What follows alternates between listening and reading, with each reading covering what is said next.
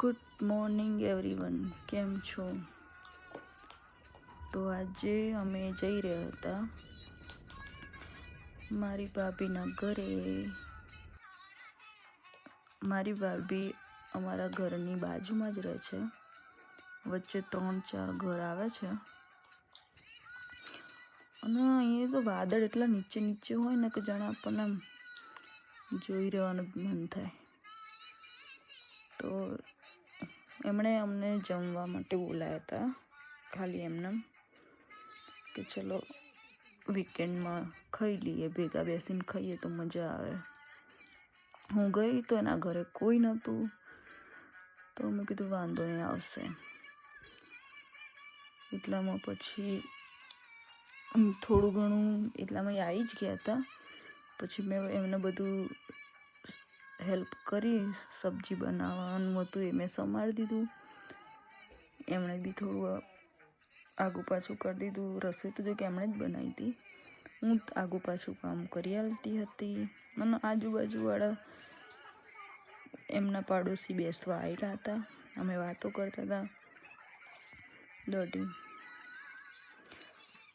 પછી તો મારા ભાભી એક બાજુ રસોઈ બી ચાલુ હતી અને અમે વાતો બી કરતા હતા, દોઢી વાતો ચાલુ હતી.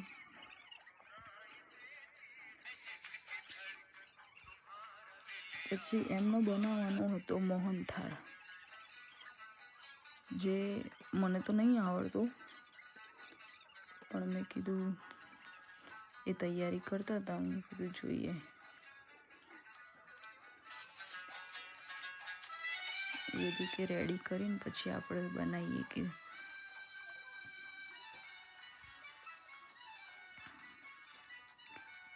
એમણે મોહનથાળની તૈયારી કરી દીધી છે. બહુ સરસ બનાવે મારી ભાભી મોહનથાળ. મેં એમને થોડી ઘણી હેલ્પ કરાવી દીધી. જોઈ રહી હતી એ કેવી રીતે બનાવે છે.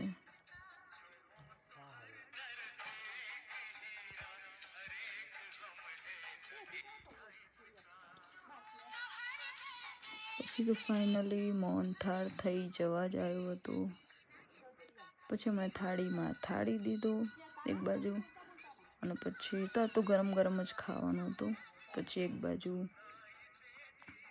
મેં બધું અટવી દીધું અને પછી બધા જમવા બેસી ગયા. So bye.